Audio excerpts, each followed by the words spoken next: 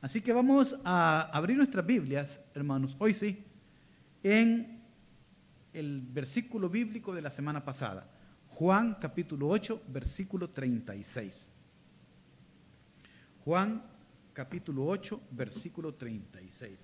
Así que busquen sus Biblias, muevan las páginas de sus Biblias, hermanos. Juan 8, 36. Si usted se pone sobre sus pies, es excelente. Acuérdese que así sabemos quiénes están en la cita y le damos una mayor reverencia a la lectura de la palabra. Dice la Biblia: así que si el Hijo os libertare, seréis verdaderamente libres. Así que si el Hijo os libertare, seréis verdaderamente libres. Amén. Oremos al Señor. Gracias, Padre, porque tu palabra es poderosa, tu palabra es a tiempo, Señor. Tu Biblia dice, Padre Santo, que para todo hay tiempo en la vida, Señor. Y ahora es el tiempo para meditar sobre lo que tú has escrito en tu palabra, para que tú hables a nuestras vidas, a nuestros corazones. Señor, por estos hermanos y hermanas que este día han venido, Señor, fielmente a este servicio, a esta congregación, a este tiempo donde te alabamos y glorificamos tu nombre, como también, Señor, por aquellos que no lo han podido hacer, pero que están pendientes a través de las redes sociales, como aquellos otros que quizás se conectarán posteriormente. Señor, a todos ellos te pido que les hables a sus corazones, a sus mentes, Señor, que puedas poner ese mensaje que tanto ellos necesitan, porque han venido deseosos de que tú hables a través de tu siervo y a través de tu palabra. Gracias, Padre Santo, en el nombre de Jesús. Amén. Pueden sentarse, amados hermanos. Bien, como dije la semana pasada, vamos a hablar sobre la libertad en Cristo. De eso se trata el tema de esta oportunidad, igual que la semana pasada. La libertad que Cristo nos da. Hemos dicho que este mes nosotros, en nuestros países, se conmemora la independencia. Hablan también de libertad, emancipación. Pero muchas veces nosotros no meditamos en realidad en este concepto de la libertad. Y también es como cuando nosotros estamos en Cristo Jesús y decimos que Cristo nos ha hecho libres, pero al final no sabemos ni de qué nos ha liberado el Señor. Pero la semana pasada estuvimos hablando de 3 cosas que el Señor nos había hecho libres. Decíamos que nosotros sí somos libres para no pecar. Somos libres del pecado. El Señor ha roto las cadenas del pecado en nuestras vidas. La otra cosa que hablábamos la semana pasada es que el Señor nos ha hecho libres para cambiar. Nosotros podemos ser lo que nosotros querramos, media vez lo decidamos. La Biblia dice que somos nuevas criaturas, que las cosas viejas pasaron y aquí todas son hechas nuevas. O sea que somos libres para cambiar, para ser mejores, para ser buenos cristianos, para dejar aquellas cosas que eran malas en nuestras vidas, para hacer de ahora en adelante todo lo que a Dios le agrada. Pero también, yendo en este mismo pensamiento, decíamos que somos libres de tomar nuestras propias decisiones. O sea, nuestras propias decisiones en el sentido que nosotros decidamos seguir a Dios, decidamos obedecer la palabra del Señor y vivir una vida que le agrade a Dios. Somos libres de tomar decisiones. Como dice la palabra, cambia tu manera de pensar para que cambie tu manera de vivir. Somos libres. Ahora vamos a hablar de otras cosas de las que somos libres. Y una de ellas, y quiero comenzar con esta, somos libres del engaño. Somos libres del engaño. Juan capítulo 8, versículo 31 y 32, nosotros escuchamos una de las frases que son de las más famosas que tiene la Biblia. De las más famosas porque usted la va a encontrar aún en recintos educativos como universidades. Hay rótulos, sign, que dicen esa frase que es muy famosa.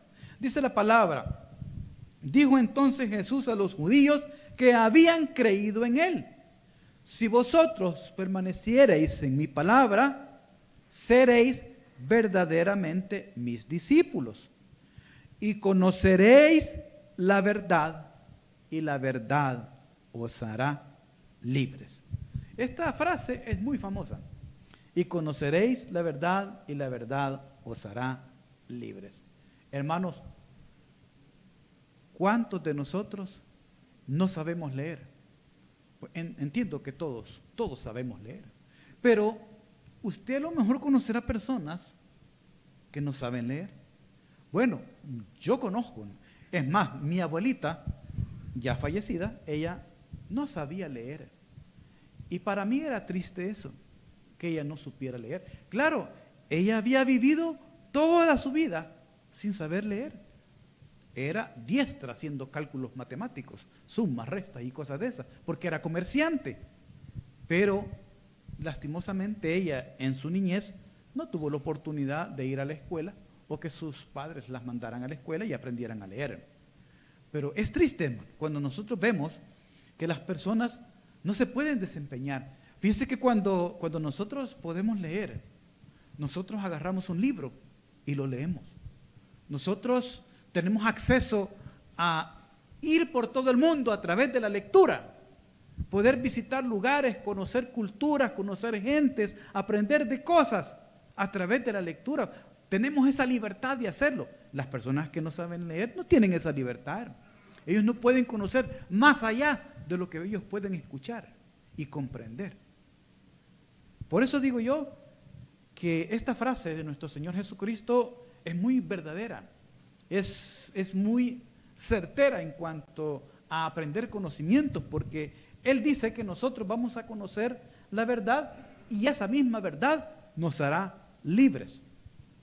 ¿Sabían ustedes que en el mundo entero hay alrededor de 4.200 religiones? No, hombre, si es que son muchas, y han habido muchas más que han quedado obsoletas y que han desaparecido a través de las décadas de la humanidad. Pero solamente el 31% de la población del mundo practica el cristianismo en alguna de sus formas. Claro, esto es una gran cantidad de gente. Son cerca de 3.000 millones de personas que profesan el cristianismo en alguna de sus facetas. Muchas personas le siguen el islamismo, el hinduismo, los maometanos, los budas y todos esos, que son muchas personas. Pero ¿saben qué? Muchos, pero muchos, y hablo de billones y billones de personas en el mundo que viven engañados. Pero no me quiero meter en aquellos que son de otro tipo de religión distinta al cristianismo. No quiero hablar de ellos. Hablemos solamente del grupo de los cristianos, del cristianismo en el mundo. Ese 31% de la población mundial. Muchos de ellos corresponden a sectas o falsas religiones, donde ellos asisten, ellos van, ellos practican y se les predican falsas doctrinas, donde se les enseñan mandamientos de hombre y no certeramente la palabra de Dios. ¿Qué significa esto? Significa que ellos viven engañados. Mire, este día domingo hay muchas iglesias donde las personas van los domingos, este día, y no van a aprender la verdadera doctrina, donde no van a aprender la palabra de Dios, van a aprender los mandamientos de hombres. Y eso no es lo que la Biblia dice. ¿Cómo es que nosotros no seremos engañados? ¿Cómo es que nosotros viviremos conociendo la verdad? ¿Cómo? A través de la lectura de la Biblia, aprendiendo la palabra de Dios. Jesucristo dijo, y conoceréis la verdad y la verdad os hará libres. Entonces nosotros venimos a aprender la palabra de Dios. Pero lo que dice la palabra de Dios, no lo que dicen los hombres, no los mandamientos de esas personas que creen que solamente porque tienen poder y liderazgo pueden manipular a las personas. Y no les dan la verdadera palabra de Dios, sino que les dan los mandamientos que ellos se han inventado. Un cristiano debe de ser, hermanos, poderosamente un cristiano que estudia su palabra, la palabra de Dios. Un cristiano que lee la Biblia, que estudia la palabra de Dios.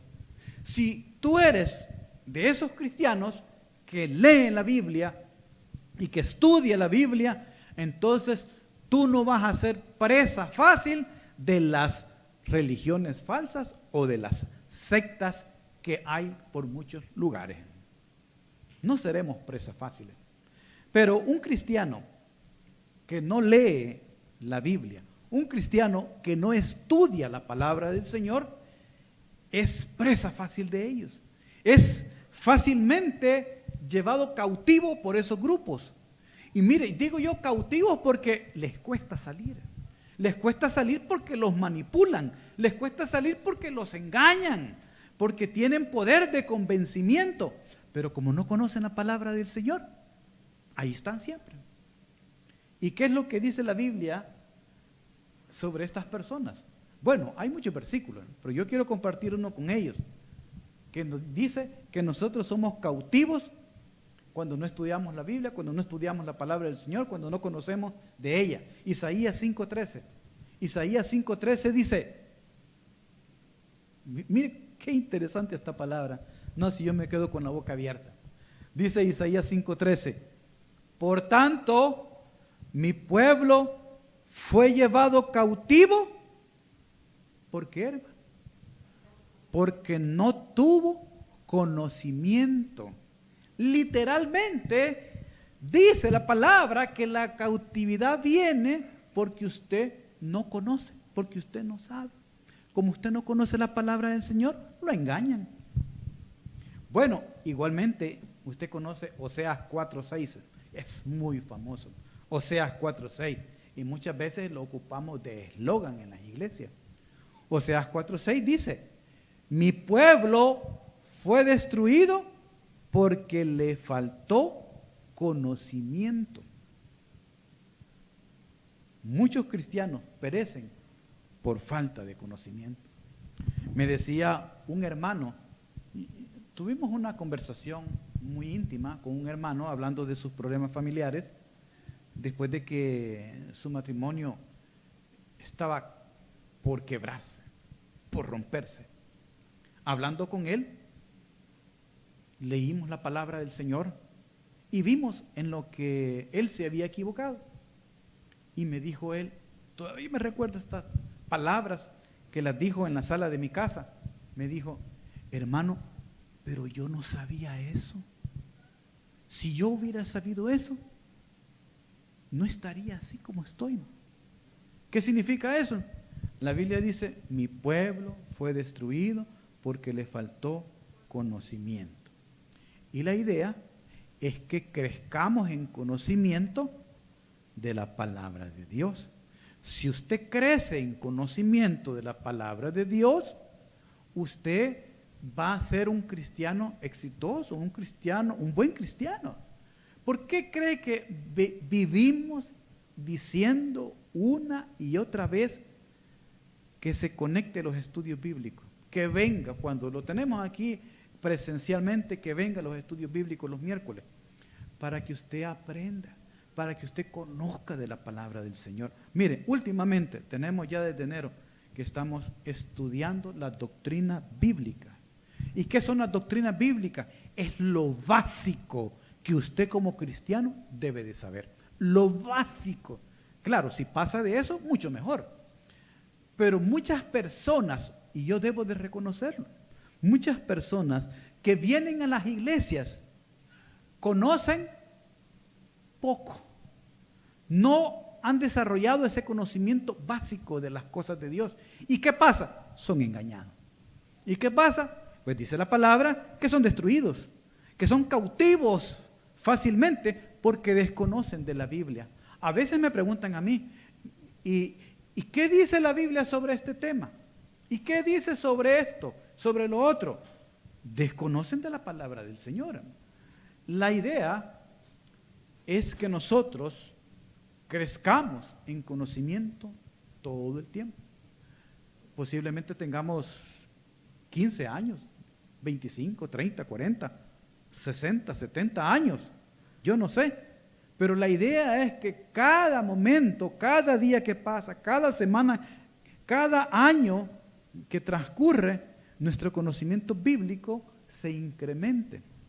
Dice Efesios 4:14. Léalo conmigo. Dice, para que ya no seamos niños fluctuantes. O sea, la idea es que crezcamos en conocimiento de la Biblia. ¿Para qué? Para que ya no seamos niños fluctuantes, llevados por doquiera de todo viento de doctrina, por estratagema de hombres que para engañar emplean con astucia las artimañas del error, sino que, siguiendo la verdad en amor, crezcamos en todo en aquel que es la cabeza, esto es Cristo. Para evitar que seamos engañados, para evitar que seamos tomados cautivos, tenemos que conocer la verdad. Y entonces la verdad nos va a hacer libres. Segundo, ¿de qué nos libra al venir a los pies de Cristo? ¿De qué nos libra? Bueno, somos libres del rencor. Del rencor. Eres libre del rencor. Leamos 2 de Corintios capítulo 2 versículos del 5 al 11. Dice la Biblia, 2 de Corintios capítulo 2 versículos 5 y siguientes. Pero si alguno me ha causado tristeza, no me la ha causado a mí solo, sino en cierto modo a todos vosotros. Así que, al contrario, vosotros más bien debéis perdonarle y consolarle, para que no sea consumido de demasiada tristeza. Y al que vosotros perdonáis, yo también, porque también yo lo he perdonado, si algo he perdonado. Por vosotros lo he hecho en presencia de Cristo, para que Satanás no gane ventaja alguno sobre nosotros, pues no ignoramos sus maquinaciones. Mire, yo no quiero preguntar cuántos somos rencorosos, o cuántos hemos tenido rencor, o cuántos hemos tenido esa ira de quererle hacer daño a alguien por un rencor que ha venido a nuestra vida. Lo que sucede es que antes que nosotros viniéramos al Señor, esos rencores, esos odios que nosotros teníamos hacia otras personas, no, hombre, si es que nos alimentan, porque es algo carnal sentir eso. O sea, es normal en una persona, digo yo, normal en el sentido correcto, ¿verdad? Es normal sentir rencor cuando alguien te hace algo, o sea, es un sentimiento humano. Pero muchas veces esos sentimientos nos esclavizan. ¿Por qué? Porque nosotros estamos queriendo sentir ese rencor y lo volvemos a masticar ese rencor y lo volvemos a masticar y estamos todo el tiempo con ese rencor, recordando lo que nos hicieron y cómo nosotros queremos vengarnos y cómo nosotros queremos pagar con la misma moneda. Yo no sé, pero mira, la cosa es que antes de venir al Señor, antes de ser cristianos, nosotros sentíamos ese rencor y para nosotros era lo más normal del mundo y queríamos actuar en consecuencia de ese rencor. Pero al venir a Cristo, el apóstol Pablo dice que nosotros debemos de practicar el perdón. El apóstol habla en esta palabra y predicó de que hay que perdonar, pero no me van a dejar mentir, todos ustedes. Una cosa es hablar del perdón y la otra cosa es practicar el perdón. Que algunas veces como que están algo separados y como que nosotros no entendemos la definición, ¿verdad? Como que no, sí sabemos lo que es perdonar, pero no lo practicamos. Sí sabemos que tenemos que perdonar, pero no lo hacemos, no lo practicamos. Practicar es hacerlo, es perdonar. Dice el apóstol Pablo, dice, así que al contrario, dice el versículo 7, vosotros más bien debéis perdonarle y consolarle para que no sea consumido de tantas tristezas. Y al que vosotros perdonáis, yo también, porque también lo que he perdonado, si algo he perdonado por vosotros, lo he hecho en presencia de Cristo. Y el versículo que sigue a continuación es uno de los versículos más importantes, porque usted se va a dar cuenta. Por eso dice la Biblia, y conoceréis la verdad y la verdad os hará libre. Porque muchos son esclavos del rencor. Son esclavos. Ellos no actúan porque quieren hacerlo. Es porque tienen rencor, es porque tienen odio. Hacen lo que hacen. Dice el versículo 11, para que Satanás no gane ventaja alguna sobre vosotros, porque no ignoramos sus maquinaciones. Satanás no quiere que perdonemos. Él quiere que nosotros sigamos sintiendo ese rencor, que no practiquemos el perdón. Él quiere que nos llenemos de resentimiento, de odio, y que después de pasar de ese rencor podamos llegar a las expresiones de odio más fuertes, incluso llegar a la venganza, lastimar, hacer daño, hacer cosas terribles. Él no quiere que nosotros seamos liberados de esa atadura, de esa esclavitud. Y nosotros en Cristo somos libres. Nosotros no debemos de vivir con ese rencor. Porque les tengo que decir algo. No perdonar es vivir en esclavitud. Cuando nosotros guardamos rencor, cuando nosotros odiamos, nosotros somos esclavos de ese rencor. Siempre estamos recordando la ofensa. Siempre estamos pensando cómo nos vamos a vengar. Pero Cristo nos ha hecho libres para poder perdonar. ¿Se acuerdan cuando Pedro le preguntó que cuántas veces él tenía que perdonar a su hermano que había pecado contra él? ¿Se acuerdan? Que Pedro le preguntó. ¿Y qué le dijo Jesús? Hasta 70 veces 7, dice. Vaya, pero ese es a una persona. Claro, ¿verdad? No es que nosotros vamos a perdonar exclusivamente esa cantidad. Lo que sucede es que con la práctica de perdonar y de perdonar ya se hace un hábito y ya usted es libre de perdonar a cualquiera. Jesús dijo cuando él estaba en la cruz, cuando él estaba clavado, que ya estaba por morir. Ustedes se acuerdan todo lo que había sucedido en el martirio del Señor. Vino el Señor y dice, Padre, perdónalos porque no saben lo que hacen. Perdónalos porque no saben lo que hacen. Él los había perdonado y no le hicieron poca cosa. No, si fue un daño tremendo, ¿verdad? Nosotros debemos de hacerlo. El hermano tuvo la lectura bíblica temprano y compartió con nosotros unos versículos muy importantes. Dice Colosenses 3:13.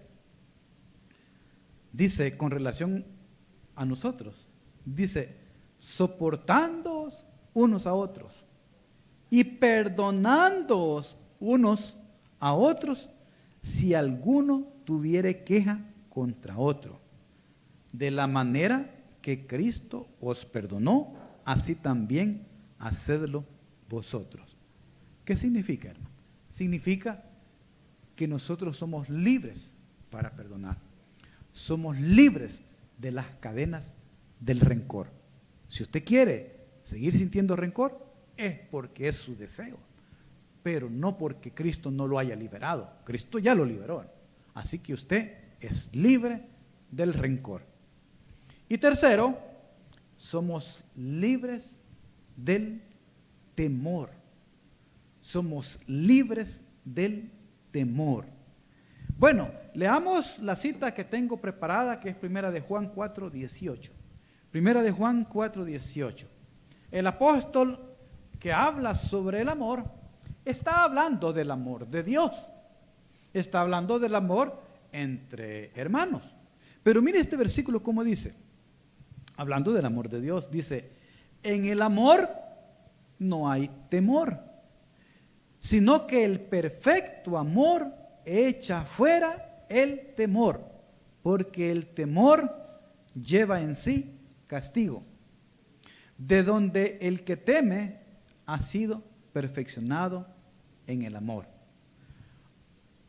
Hay muchas personas que viven llenas de temor. En algunos momentos todos hemos padecido de este mal, teniendo temor. Usted escucha una noticia, no hombre, y viene el temor a sus vidas. Yo me recuerdo, hermanos, que cuando vino uno de esos huracanes y que pasó por la zona esta de Houston, ¿se acuerda, hermano? Que estábamos preocupados por su familia que vivía en esa zona. No, hombre, si es que hubo un gran temor, hermano, ¿verdad? De lo que iba a pasar, qué iba a suceder. Bueno, nosotros estábamos con temor y eso estaba a cientos de millas de aquí, pero vivíamos con temor. ¿Cuántos no pasamos con temor por esos rumores de guerra? Esos rumores de esas guerras que suceden por muchos lugares. ¿Cuántos de nosotros no estamos con temor, hermano, por el terrorismo? Muchos hemos vivido ansiosos porque no sabemos cuándo va a venir uno de esos hombres locos con un arma y comienza a disparar en la iglesia o en la escuela donde van nuestros hijos o en el centro comercial como sucedió hace unos meses aquí en Dallas. ¿Se acuerdan ustedes? Muchos viven con temor. ¿Cuántos no tienen problemas económicos serios y viven con ese temor todo el tiempo? ¿Cuántos no tienen temor por las enfermedades? Le salió una manchita en la piel y dice, ay, ¿qué me pasará? No, esto no lo tenía la semana pasada. Y viven con temor, ¿verdad? Tengo que ir al doctor que me vea. Tengo que ir aquí. Viven con temor por las epidemias. Gracias a Dios el coronavirus está pasando. Todavía hay gente que está enferma, que se contagia. Pero ya tenemos desde el 2020 con esa situación. Pero muchas personas viven con ese temor. Hemos vivido con ese temor. Bueno, la delincuencia, ¿quién nos va a decir? ¿Cómo no tenemos temor? Hace poco fui aquí cerca y pasé por una iglesia y me dio tristeza al ver que todas las ventanas de esa iglesia tenían barrotes, rejas gruesas. ¿Por qué? Porque tienen temor de que alguien les llegue a robar. Y eso es cierto. Hace poco me comentaban que en las redes sociales había dicho un hermano de una iglesia cercana que tuvieran cuidado las iglesias porque se estaban metiendo a robar los equipos de sonido de los templos. Y muchas personas viven en temor. Y ese temor es natural, ¿verdad? Sí es cierto.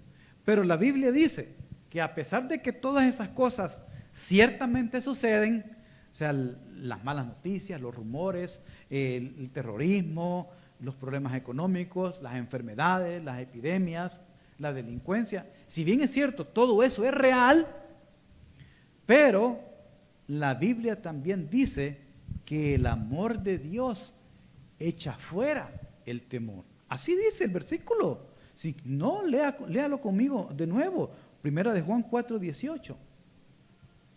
Así dice, sino que el perfecto amor echa fuera el temor. A pesar de las malas noticias que existen todos los días, a pesar de que en realidad la enfermedad visita nuestros cuerpos, a pesar de que las situaciones se ponen muy difíciles cada día, la mejor noticia que yo les puedo dar a ustedes es que Dios nos ama. Dios nos ama, hermano. Aleluya, gloria a Dios. Dios nos ama y eso es más importante que cualquier mala noticia que nosotros podamos tener. Dice primera de Juan 4:16, y nosotros hemos conocido y creído el amor que Dios tiene para con nosotros. Dios es amor y el que permanece en amor permanece en Dios y Dios en él. ¿Qué es lo que sucede con esto? ¿Por qué digo yo que nosotros somos libres. ¿Por qué tenemos la libertad de este temor? ¿Por qué, hermano? Lo digo porque al leer este versículo, nosotros llegamos a la conclusión certera de que somos hijos de Dios, de que Dios nos ama. Y cuando sabemos que Dios nos ama, eso mismo nos da confianza a nosotros. Confiamos en el Señor. Confiamos a pesar de la situación que estemos enfrentando. Yo estoy unido en un grupo de WhatsApp de pastores y hay no sé cuántos miembros de ese grupo, 50, 80, no sé, yo no sé cuántos son, pero ahí escucho de todo. Y una de las cosas que últimamente he escuchado es un hermano por el cual se está orando. No sé si el nombre es Cuthberto, no sé si el apellido es Medina, pero este hombre, un pastor en una iglesia, él está enfermo, muy enfermo, tiene cáncer en el estómago, tiene cáncer, estaba recientemente hospitalizado y tenía una hemorragia muy fuerte, y estaba en cuidados intensivos y no sabían cómo pararle la hemorragia. Total está que ya estábamos orando por él, esperando pues noticias ya definitivas, ¿verdad?, de la situación de él. Hace poco vi una foto del hermano recuperado, un poco recuperado, ¿verdad? Y él se tomó una foto con su familia, ¿verdad? Y conectado con un montón de cosas, ¿verdad? Pero él da palabras de ánimo y palabras de aliento. Mire, en una situación de estas, hermano, yo creo que ninguna palabra que yo pueda decir o que usted diga va a ayudarle al hermano con enfermedad. O sea, no. Pero el saber que Dios le ama, eso es confianza pura para él. Es una dosis de confianza tremenda. Cuando nosotros leemos aquella cita tan maravillosa de Isaías 41:10, no, hombre, si es que nosotros nos llenamos de fuerza a pesar de las dificultades más grandes que puedan venir a nuestra vida. Dice Isaías 41:10, no temas porque yo estoy contigo. No desmayes porque yo soy tu Dios que te esfuerzo. Siempre te ayudaré, siempre te sustentaré con la diestra de mi justicia, a pesar de lo que suceda. Él va a estar ahí. Se lo voy a leer esta última frase en otra versión que me gusta también. Y dice, yo te sostengo con mi mano victoriosa. No, hermano, si es que nosotros, ¿qué más necesitamos? Sabemos que Dios nos ama. Y Dios es Dios por sobre todas las cosas. Más que eso, no tenemos. Así que, independientemente de lo que pueda pasar, si bien es cierto el temor está ahí, ciertamente el temor nos tiene atrapados, ¿verdad? Quizás la enfermedad o el padecimiento, no sé, está ahí, pero nosotros somos libres de ese temor. ¿Por qué? Porque conocemos que el amor de Dios es siempre para con nosotros y que Dios nunca nos va a dejar, nunca. Así que somos libres del temor porque Dios nos ama. Hermanos, vamos a orar.